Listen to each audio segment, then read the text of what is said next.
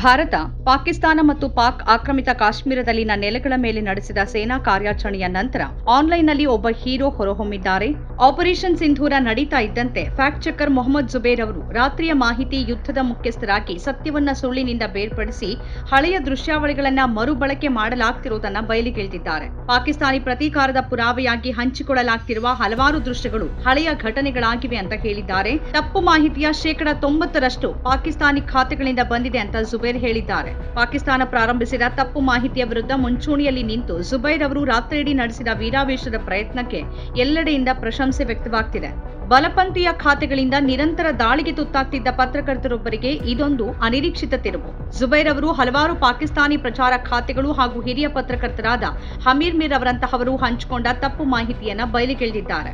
ಜನ ಸಾಕಷ್ಟು ಮೆಚ್ಚುಗೆ ವ್ಯಕ್ತಪಡಿಸಿದ್ದಾರೆ. ಆದರೆ ನಾನು ಯಾವಾಗಲೂ ನಕಲಿ ಸುದ್ದಿಗಳನ್ನ ನೋಡಿದಾಗ ಧರ್ಮ ಮತ್ತು ದೇಶವನ್ನ ಲೆಕ್ಕಿಸದೆ ಅದನ್ನ ಬಯಲಿಗೆಳಿತೀನಿ ಅಂತ ಜುಬೇರ್ ದಿ ಪ್ರಿಂಟ್ಗೆ ತಿಳಿಸಿದ್ದಾರೆ. ನಾನು ಇದನ್ನ ಮೊದಲ ಬಾರಿಗೆ ಮಾಡ್ತಿದ್ದೀನಿ ಅಂತ ಅವರು ಭಾವಿಸ್ತಾರೆ, ಆದರೆ ನಾನು ವರ್ಷಗಳಿಂದ ಇದನ್ನೇ ಮಾಡ್ತಿದ್ದೀನಿ ಅಂತ ಅವರು ಹೇಳಿದ್ದಾರೆ. ಆಲ್ಟ್ ನ್ಯೂಸ್ ಸಂಸ್ಥಾಪಕರಾದ ಜುಬೇರ್ ಈ ಬಾರಿಯ ದಾಳಿಗಳಲ್ಲಿ ಹಂಚಿಕೊಳ್ಳಲಾದ ತಪ್ಪು ಮಾಹಿತಿಯ 90% ಪಾಕಿಸ್ತಾನಿ ಖಾತೆಗಳಿಂದ ಬಂದಿದೆ ಅಂತ ಹೇಳಿದ್ದಾರೆ. ಎಕ್ಸ್ನಲ್ಲಿ ಜುಬೇರ್ ಅವರು ಭಾರತೀಯ ಸಶಸ್ತ್ರ ಪಡೆಗಳ ಸಿಬ್ಬಂದಿಯಂತೆ ನಟಿಸುತ್ತಿರುವ ಪಾಕಿಸ್ತಾನಿ ಖಾತೆಗಳ ಪಟ್ಟಿಯನ್ನು ಹಂಚಿಕೊಂಡಿದ್ದಾರೆ.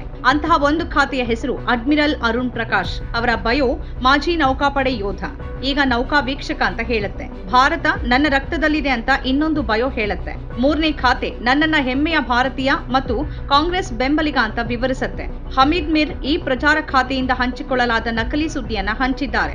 ನಮ್ಮ ಪಡೆಗಳಿಂದ ಆಪರೇಷನ್ ಸಿಂಧೂರ ನಡೆದ ತಕ್ಷಣ ರಕ್ತಪಿಪಾಸು ಪಾಕಿಸ್ತಾನಿಗಳು ಅಕ್ನೂರ್ ಬಳಿ 1 ರಫೇಲ್ ಮತ್ತು 1 ಸುಖೋಯ್ 30 ಅನ್ನ ಹೊಡೆದುರುಳಿಸಿದ್ರು ಮತ್ತು ನಮ್ಮ ಬ್ರಿಗೇಡ್ HQ ಅನ್ನ ನಾಶಪಡಿಸಿದ್ರು ಅಂತ ಪೋಸ್ಟ್ ಹೇಳಿದೆ.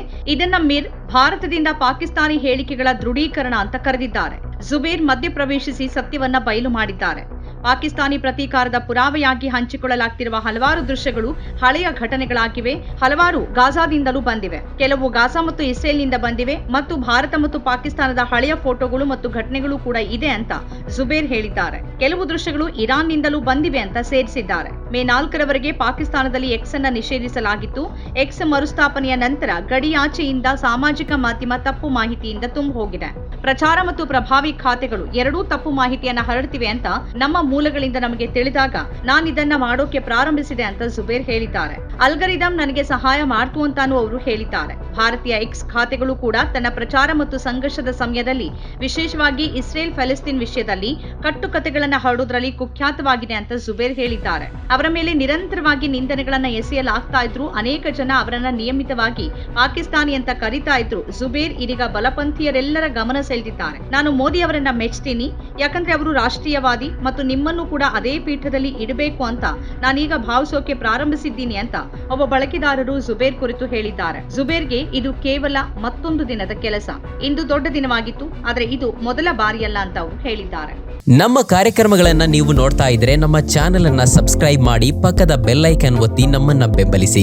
ಹಾಗೆ ನಮ್ಮ ಕಾರ್ಯಕ್ರಮಗಳನ್ನ ಲೈಕ್ ಮಾಡಿ, ಕಮೆಂಟ್ ಮಾಡಿ, ಅದನ್ನ ಬೇರೆಯವರಿಗೂ ವಾಟ್ಸ್ಆಪ್ ಮೂಲಕ ಶೇರ್ ಮಾಡಿ. ನೀವು ಹೀಗೆ ಮಾಡಿದಾಗ ನಮ್ಮ ಚಾನೆಲ್ ಇನ್ನಷ್ಟು ಮತ್ತಷ್ಟು ಜನರಿಗೆ ತಲುಪಲು ನೀವು ನಮ್ಮೊಂದಿಗೆ ಸಹಕರಿಸಿದ ಹಾಗಾಗುತ್ತೆ. ಇದು ನೀವು ಯಾವುದೇ ಖರ್ಚಿಲ್ಲದೆ ಕೆಲವೇ ಸೆಕೆಂಡುಗಳಲ್ಲಿ ನೀಡಬಹುದಾದ ಸಹಕಾರ. ಧನ್ಯವಾದಗಳು.